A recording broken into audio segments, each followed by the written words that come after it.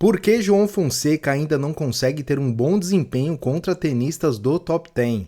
Qual é a verdade por trás do jogo do João que ainda está o impedindo de vencer esses grandes jogos na carreira? Vídeo de hoje muito legal aqui no canal No Auge das Quadras, onde a gente fez um levantamento aí sobre todos os confrontos, que foram 7 confrontos na carreira do João contra a Top 10. A gente puxou todos os confrontos, vai falar um pouquinho de cada um deles e explicar, vou dar aqui a minha opinião sobre o porquê que o João não consegue, nos finalmente dos jogos, ganhar esses confrontos muito duros, né? É um vídeo que você vai gostar, eu tenho certeza que você vai gostar. O Saidinho apareceu aí logo de cara para pedir a sua inscrição, porque aqui o canal Auge das Quadras mostra muito conteúdo de qualidade, números, pré-jogo, pré-torneio, pós-jogo. E após essa derrota do João Fonseca contra o Ben Shelton, aí nas quartas de final de Munique, a gente decidiu fazer esse levantamento, né? Acho que vocês já viram bastante pós-jogo aí do João contra o Ben Shelton. A gente vai fazer aquele pós-jogo um pouco diferenciado, mostrando esses números aí e principalmente a nossa opinião sobre o porquê o João não está conseguindo vencer essas partidas. Conteúdo bem completo, eu vou já direto aqui para a tela do meu computador para a gente falar sobre os 7 jogos do João contra o Top 10 e depois eu vou dar a minha opinião aí do porquê o João não está conquistando essas vitórias. Ele tem uma vitória, a primeira dele contra um Top 10, Australian Open de 2025, 14 de janeiro de 2025, Andrei Rublev, adversário russo número 9 da ATP na época, e o João conquistou uma grande vitória ali no piso duro, 7-6, 6-3, 7-6, 3-7-0 no Rublev.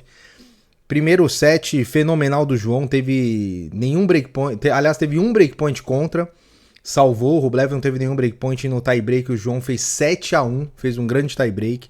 Segundo set, o João abre, confirmando, quebrando o Rublev e fecha em 6-3. E o set final, o Rublev quebra o João, né, fazendo 3-1, o João devolve a quebra e mais uma vez um tie-break espetacular, ele ganha. O João viveu um momento nesse Australian Open muito interessante da sua carreira, onde aí foi praticamente onde ele estourou a bolha, né, onde ele vinha da vitória do Next Gen, jogando muito bem, o povo brasileiro ali animado, e aí o mundo abriu os olhos para João Fonseca nessa vitória contra o Andrei Rublev, e muita gente já o colocava como um dos caras a chegar no Alcaraz e Sinner, mesmo jovem, 17, 18 anos.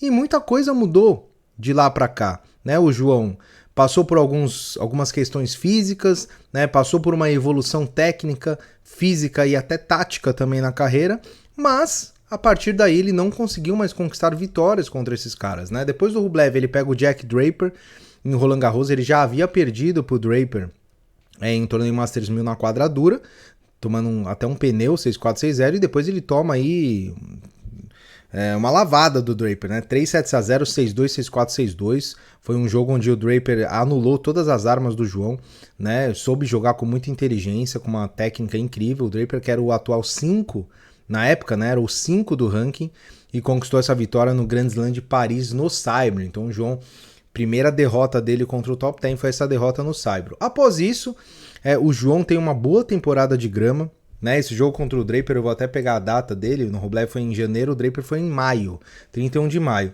E aí ele enfrenta o Taylor Fritz, já na fase ali de grama, em junho, dia 26 de junho, e faz mais um grande jogo. Né, foi o seu segundo jogo contra o Top 10. É um jogo que durou 2 dias, esse jogo aí contra o Fritz, né? Teve aquele primeiro set onde o Fritz quebra o João logo no primeiro game e depois não cede breakpoints para fechar em 6-3. No segundo set, o João sofre bastante, né? Tem breakpoint ali no 3-3, depois tem breakpoint contra de novo no 4-4, consegue salvar, vai pro tie break e consegue a vitória no tie break 7-5. E aí chega no terceiro set, o Fritz quebra o João também cedo e o João devolve a quebra no 5-4 e o Fritz quebra de novo para ganhar em 7-5. Esse é o primeiro jogo que a gente consegue tirar aí um balanço do porquê o João perde. Para vocês perde a maioria dos jogos, né, contra a Top 10. Para vocês terem ideia, desses 7 jogos do João Fonseca, 3 deles foram para o set decisivo, né, no caso o terceiro set. O primeiro deles foi o Fritz. Nos 3 jogos o João perdeu. E a gente vai fazer o nosso primeiro paralelo aí dessa questão do João, do porquê, né, que o João vem perdendo esses jogos. Vou antes passar os jogos, depois vou dar a minha opinião. Depois do Fritz veio o Sinner, que na minha opinião foi o segundo melhor jogo do João. Para mim o Fritz foi o terceiro melhor jogo contra o Top 10 e o Sinner foi o segundo melhor, né? Só não dá para dizer que foi melhor que o Rublev, porque contra o Rublev o João realmente deu um show, né? Mas contra o Sinner foi uma partida, uma das mais difíceis do Sinner nos últimos meses, talvez, né? Se você tirar o Alcaraz ali, o Sinner costuma atropelar todo mundo, e o João levou o Sinner aí para 2 tie-breaks, inclusive no segundo set.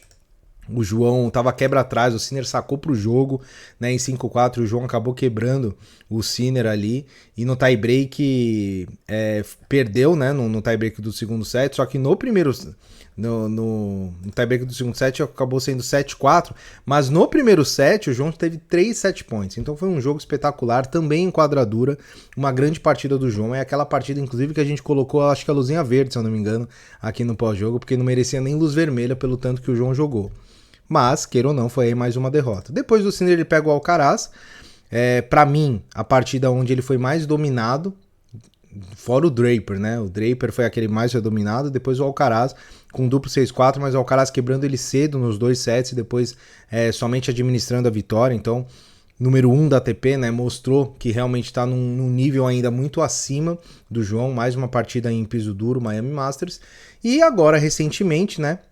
Em Monte Carlo ele teve, na semana passada, a derrota para o Zverev, mais uma daquelas derrotas onde ele chega no terceiro set e acaba perdendo mesmo vindo de um grande segundo set, assim como tinha sido contra o Fritz, e por último agora contra o Ben Shelton, de novo, mais uma vez ele perde no terceiro set vindo de um grande segundo set. Eu conversei bastante com o meu sócio Renato pra gente fazer esse tipo de conteúdo, porque esse conteúdo não é uma crítica ao João, a gente não tá aqui pra cornetar ninguém, mas é uma constatação, a gente tem que ser analítico nesse momento e tentar entender os motivos do porquê que o João está perdendo esses jogos. E pra mim o primeiro grande motivo o João nesses jogos que vai para terceiro set contra esses caras do top 10, ele tem uma queda de energia mental. Eu não diria nem que é uma energia física, né? Esses confrontos muito grandes, o João costuma entrar muito bem, costuma jogar muito bem, mas em alguns casos ele tem aquelas oscilações que são naturais,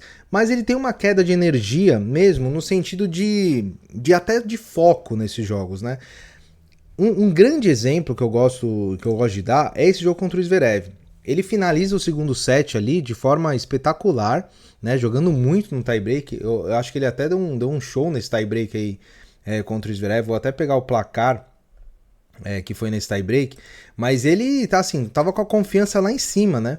7-3, ele mete 7-3 no Zverev, e com a confiança lá em cima, e o Zverev até um pouco cabisbaixo, e todo mundo pensando que ele ia virar, e aí chega no terceiro set, o alemão volta ao seu foco, né? O João não consegue jogar muito bem nos games de saque do Zverev, vai levando ali o seu game de saque até que ele é quebrado e ele não tem forças para voltar. E esse é um ponto importante da gente falar, né? O João, nesses jogos que vai para terceiro set, quando ele é quebrado, ele realmente não tem forças para reagir. Diferente dos outros jogos, onde tá no início do jogo, segundo set, onde ele muitas vezes ele quebra o adversário até na sequência.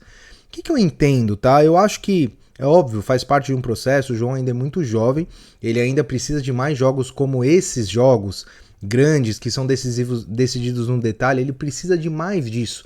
Ele precisa ter mais essa experiência para que isso torne um momento normal na carreira dele, como a gente cansou de ver Djokovic, Nadal, Federer, os próprios Sinner e Alcaraz, a gente cansou de ver esses caras saírem de buraco e ganharem jogos, né? E o João tem feito isso em algumas ocasiões sim, mas contra esses tenistas do top 10, não. E por quê?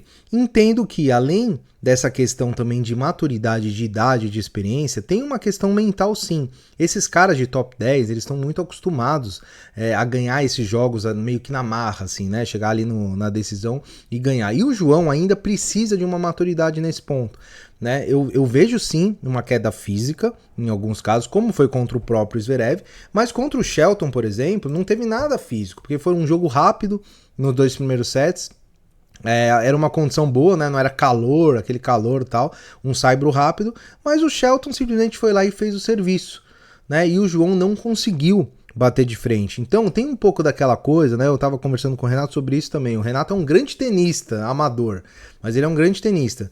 E quando você tá nesse momento de decisão, não tem muito mais aquela questão física, porque os dois estão cansados, né? Os dois estão cansados física e mentalmente. Então tem aquela coisa meio de você jogar no piloto automático e fazer o que tem que fazer, né? Não tem muita tática, técnica, não tem uma mudança radical que você vai fazer no jogo, porque normalmente um jogo empatado é um jogo que você já achou o jeito de jogar, né? Então não tem muito aquela mudança de, eu vou mudar agora esse ponto aqui no set final. Então é aquela coisa que vai os dois no piloto automático. E eu sinto que nesses momentos o João às vezes falta um pouco dessa energia mesmo de às vezes você tá saturado mentalmente daquele jogo. E tem um outro ponto também, que esses jogos grandes contra a Top 10, o João entra sempre muito concentrado, e às vezes quando ele ganha um set, ele meio que no subconsciente dele deve pensar aquela coisa, pô, eu tô aqui, né? Eu tô aqui, eu bati de frente com esses caras, eu consegui jogar com esses caras e dar uma relaxada. Mas é uma relaxada que quase que subconsciente, assim. Não é que ele fala assim, eu ganhei, agora eu já fiz a minha parte. É meio que entra num piloto automático ali e as coisas vão acontecendo. E normalmente nessas derrotas dele, esses 3 jogos que ele foi pro terceiro set foi bem rápido. Né? Não é aquela coisa tipo, ficou se estendendo e tal, né? O Fritz foi um jogo que ele lutou mais, mas era um jogo diferente de grama e tal, mas esses 2 últimos jogos deu pra ver bem isso. Entendo que é um processo, acho que não vejo isso como um ponto ruim, tá? Não acho que isso seja uma coisa ruim, apesar do retrospecto dele não ser bom, né? 1 vitória, 6 derrotas, não acho que seja um momento da gente se preocupar com isso, porque é uma coisa natural, né, de ter a experiência. A gente tem outros tenistas que vão bem contra a Top 10. Um exemplo é o Leonard Chien, né, que ele tem boas vitórias contra a Top 10. Mas é um estilo de jogo muito diferente e tudo mais. Então eu acho que o João, ele ainda vai pegar essa experiência, ainda vai ter mais maturidade para conseguir encarar esses momentos. E acredito eu que ele vai ter condições de começar a ganhar jogos contra esses caras no momento de detalhe. Eu acho que não tem muito o que a gente melhorar no sentido técnico ou tático do jogo. Acho que é uma questão mesmo de estar acostumado a esses momentos, né? Um ponto muito legal é ver que o João joga, tem tênis para bater de frente com esses caras, inclusive Sinner e Alcaraz, talvez não hoje, mas ele tem um potencial para futuramente jogar de igual para igual com esses caras, mas principalmente os outros, do número 6 para lá, o João tem o tênis para bater de frente, com certeza. A gente viu um Ben Shelton com vários golpes ontem, dominando o jogo, mas você vê que, tecnicamente falando, o João consegue enfrentar esses caras mesmo com 19 anos. Então eu acho que ao longo da carreira dele, ele vai conquistar grandes coisas, sim, porque ele tem essa mentalidade, mas ainda precisa ser desenvolvido. É um assunto um pouco complexo, mas que eu gostaria muito de ouvir a sua opinião, saber o que você pensa a respeito. E se possível deixar um like, um hype no vídeo. Aliás, o nosso clube de membros está crescendo bastante e a gente faz bastante essas discussões por lá. Então se você quiser fazer parte também do grupo do WhatsApp, né, para conversar com a gente sobre isso, debater, ver todos os jogos junto, vira membro aí, é o preço de um chiclete por mês, não dá nem R$7 por mês, que vale bastante a pena. O grupo está crescendo, o João está crescendo e o grupo também, certo? Então eu espero que tenham gostado do conteúdo. Nos vemos na próxima semana aí, já vai começar a madrinha, então a gente já vai começar a fazer os preparativos aqui para subir vídeo para vocês, pré-torneio, pré-jogo e tudo que tem direito, certo? Um grande abraço a todos, um ótimo final de semana aí, nos vemos no próximo vídeo e até mais.